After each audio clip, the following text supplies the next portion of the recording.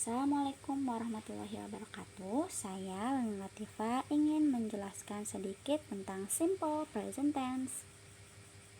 Pengertian dari simple present tense yaitu jenis tenses yang digunakan untuk berbicara mengenai tindakan atau peristiwa yang berulang kali atau pernyataan yang selalu benar.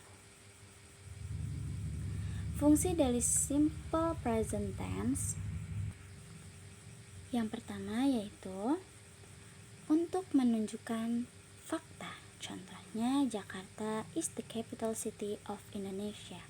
Jakarta adalah ibu kota dari Indonesia. Itu adalah fakta. Yang kedua, menunjukkan kebiasaan. My father goes to office by car.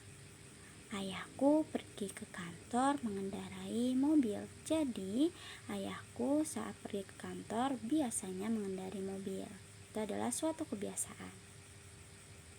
Yang ketiga, menunjukkan situasi permanen.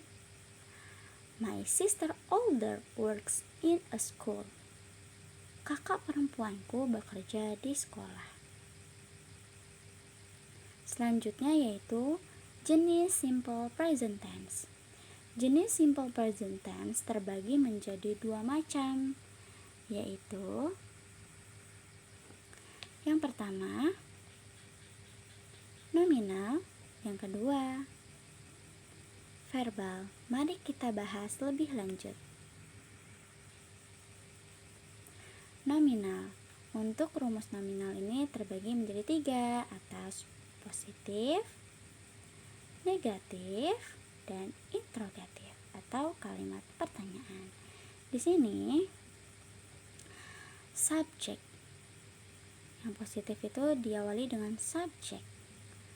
Subjek itu ada I, you, we, they, she, he, it. Jika subjeknya I, maka to be-nya diikuti dengan to be am. Jika subjeknya she, he, it, maka to be-nya adalah is. Jika subjeknya you, we, they, maka to be-nya adalah are dan diikuti dengan adjective atau kata sifat or adverb keterangan. Untuk negatif, perbedaan antara positif dan negatif hanya ditambahkan dengan kata not setelah to be. Diawali dengan subjek, lalu diikuti dengan to be yang berkaitan dengan subjek, ditambahkan not, lalu adjective or adverb. Untuk kalimat pertanyaannya diawali dengan to be. To be yang digunakan pada kalimat positif dan negatif, lalu diikuti dengan subjek, adjective or adverb.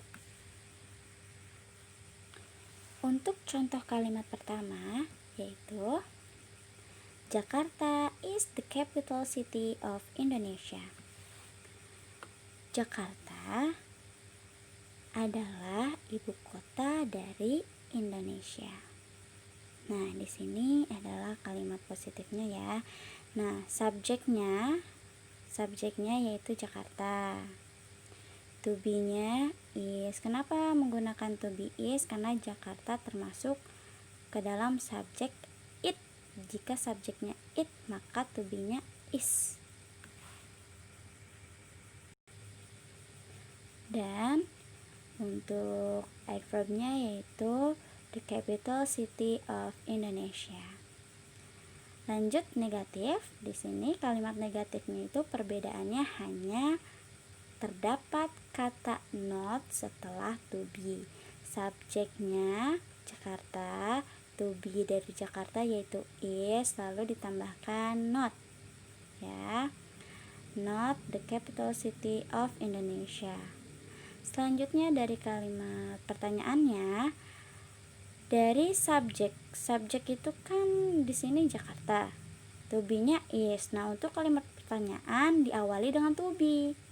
Untuk to be-nya is, maka kita tulis dulu is dan diikuti dengan subjek. Subjeknya yaitu Jakarta. Is Jakarta the capital city of Indonesia? Apakah Jakarta adalah ibu kota dari Indonesia? Mari kita lanjut ke contoh kalimat yang kedua. They are a student. Subjeknya yaitu they. To be-nya are. Dan adverbnya yaitu a student. Maka kalimat negatifnya yang ditandai dengan kata not setelah to be. Di sini to be-nya are, maka menjadi they are not a student. Ya, ditambahkan kata not setelah to be. Lanjut untuk kalimat pertanyaannya. Untuk kalimat pertanyaannya diawali dengan to be. Di sini to be-nya adalah are dan subjeknya yaitu they. Maka kita tulis dulu are they. Nah, are they dengan diikuti adverb yaitu a student. Are they a student? Tanda tanya. Mudah kan? Mari kita lanjut ke contoh kalimat ketiga. Di sini positifnya I am the winner. Saya adalah seorang pemenang. Nah, di sini subjeknya yaitu I, to be-nya am. Lalu diikuti dengan the winner.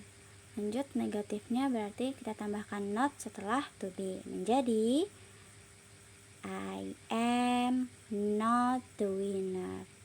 Untuk kalimat pertanyaannya berarti diawali dengan to be, lalu diikuti dengan subjek. Menjadi am I the winner? Mari kita lanjut ke jenis simple present tense yang kedua yaitu verbal. Oke, rumus verbal juga terbagi menjadi 3, yaitu positif, negatif, dan interrogatif atau kalimat pertanyaan. Untuk positif di sini diawali dengan subjek. Jika subjeknya she, he, it, maka verbnya ditambahkan s or es dan diikuti dengan objek. Nah, lanjut untuk kalimat negatifnya subjek ditambah dengan jika subjeknya I, you, we, they maka menggunakan do not, atau jika subjeknya she, he, it menggunakan does not. Sekali lagi, jika subjeknya I, you, we, they kalian harus menggunakan do not. Jika subjeknya she, he, it maka kalian harus menggunakan does not. Ditambah dengan verb 1 tanpa diikuti dengan s or es dan objek. Untuk kalimat interrogatif atau kalimat pertanyaan diawali dengan do or does. Jika subjeknya I, you, we, they maka menggunakan do. Jika subjeknya she, he, it menggunakan does. Diikuti dengan subjek, verb 1 dan objek. Mari kita lanjut ke contoh kalimat pertama. Di sini contoh kalimat positifnya Mira and Nino go to the beach on weekend. Mira and Nino termasuk ke dalam subjek they, ya, termasuk ke dalam subjek they. Maka di verb satunya kita tidak tambahkan s or es karena s or es ini hanya untuk she, he, it. Mira and Nino go to the beach on weekend. Lalu di kalimat negatifnya karena Mira dan Nino termasuk ke dalam they maka kita harus menggunakan do not. Nah, Mira and Nino do not go to the beach on weekend. Yang terakhir untuk kalimat pertanyaan. Karena di sini kita menggunakan do pada kalimat negatifnya, maka untuk kalimat pertanyaannya diawali dengan kata do dan diikuti dengan subjek. Subjeknya yaitu Mira and Nino. Verb one-nya yaitu go. Objeknya to the beach on weekend. Lanjut ke contoh kalimat yang kedua, yaitu she reads one book every month. Nah, ini adalah kalimat positifnya ya. She itu sebagai subjek. Read itu termasuk ke dalam verb 1. Karena subjeknya she, maka ditambahkan s menjadi reads. One book sebagai objek every month. Lanjut negatifnya, berarti jika subjeknya she, untuk kalimat negatifnya kita menggunakan does not. Nah, she does not read. Nah, di sini kita tidak lagi menggunakan s. Kenapa? Karena di sini kita sudah digunakan ya, dalam does not ini sudah digunakan is. Maka di sini kita tidak gunakan s lagi. Book every month.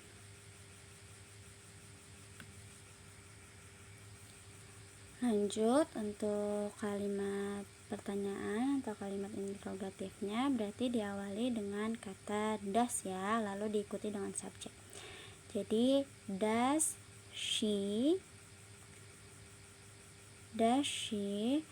read book every month?